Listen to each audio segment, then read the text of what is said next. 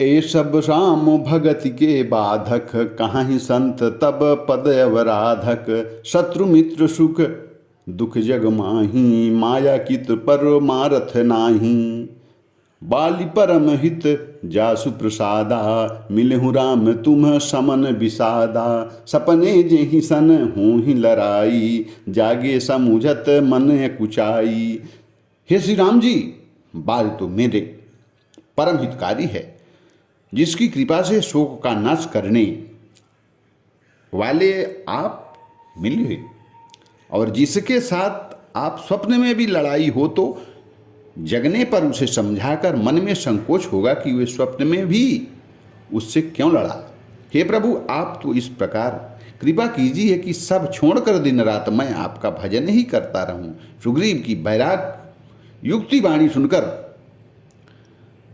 उसके क्षणिक वैराग्य को देखकर हाथ में धनुष धारण करने वाले श्री रामचंद्र जी मुस्कुराकर बोलते हैं, तुमने जो कुछ कहा वह सभी सत्य है, परंतु हे सखा, मेरा वचन मिथ्य नहीं होता, अर्थात बाल मारा जाएगा और तुम्हें राज्य मिलेगा।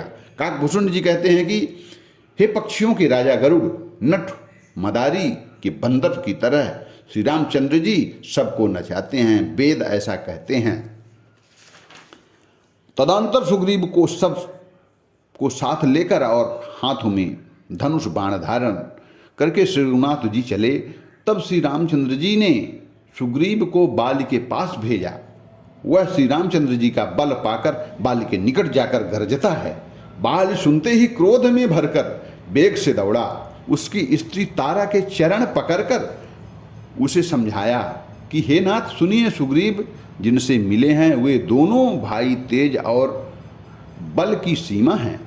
वे कौशलाधीश दशरथ जी के पुत्र राम और लक्ष्मण हैं, संग्राम में काल को भी जीत सकते हैं।